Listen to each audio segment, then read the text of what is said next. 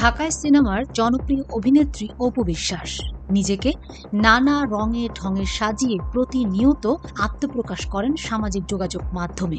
কিন্তু হঠাৎ করেই তাকে দেখা গেল লাল বোরকা, মাথায় সাদা হিজাব এবং মুখে কালো মাস্কে, তাও আবার আদালত পাড়ায়। সিনেমার রঙিন জগৎ ছেড়ে আদালতে কি করছেন চিত্রনায়িকা অপু বিশ্বাস, চলুন জেনে আসি।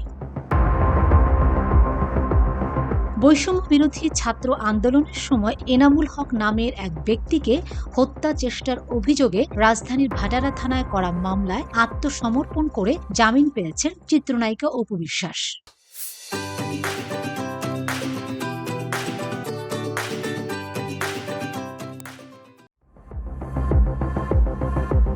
রোববার ঢাকার চিফ মেট্রোপলিটন ম্যাজিস্ট্রেট আদালতে আত্মসমর্পণ করলে অপু বিশ্বাসের জামিন মঞ্জুর হয়। শুনানি শেষে আদালত 10,000 টাকা মুচলেকায় তার জামিনের আবেদন মঞ্জুর করেন। অপু বিশ্বাসের জামিনের খবরটি নিশ্চিত করেছেন তার আইনজীবী আবুল বাশার। আদালতেই তাকে বোরকা পরা অবস্থায় দেখা যায়। তখন থেকেই নেটিজনদের প্রশ্ন, কেন বোরকা পরেছেন অপু বিশ্বাস।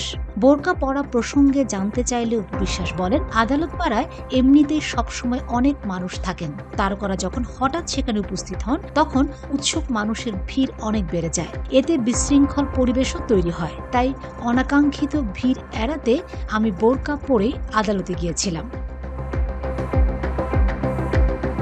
বোরকা পরার কারণে অনেকে শুরুতেই বুঝতে পারেননি আমি চিত্রনায়িকা অপু বিশ্বাস, তবে কিছুক্ষণ পর টের পান।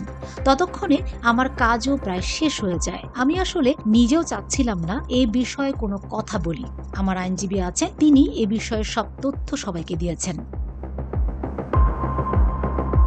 কথা প্রসঙ্গে অপু বিশ্বাস এও জানালেন, এমনকি কোনো প্রয়োজনে যখন বাসার বাইরে যাওয়া হয় তখনও আশপাশের পরিবেশ পরিস্থিতির কথা ভেবে বোরকা পরেন তিনি, যাতে নির্বিঘ্নে প্রয়োজনীয় কাজটা সেরে আসতে পারেন। গণমাধ্যমে অপু বিশ্বাসের আইনজীবী আবুল বাশার বলেন, পুলিশের চূড়ান্ত প্রতিবেদন দেয়া পর্যন্ত এই জামিন কার্যকর থাকবে। জামিন আদেশ পাওয়ার পর অপু বিশ্বাস বেরিয়ে পড়েন। এ সময় তার সঙ্গে ছিলেন মামা সহ কয়েকজন নিকটাত্মীয়। আদালত থেকে বের হয়ে অপু বিশ্বাস সাংবাদিকদের বলেন, আমি একজন অভিনয় শিল্পী, অভিনয় আমার মূল কাজ। অভিনয়ের জন্য আমি অনেক কিছু করেছি। আমি রাজনীতি বুঝি না, করিও না। এর আগে এ মামলায় গত 18 মে গ্রেফতার হন চিত্রনায়িকা নুসরাত ফারিয়া। 20 মে আদালত এ মামলায় তাকে জামিন দেন। এ মামলায় আসামি করা হয় অপু বিশ্বাস সহ আসনা হাবিব ভাবনা, অভিনেতা জায়েদ খান সহ 17 জনকে। এ মামলার 208 নম্বর এজাহারভুক্ত আসামি ছিলেন অপু বিশ্বাস। Fatema Shilu, GTV news.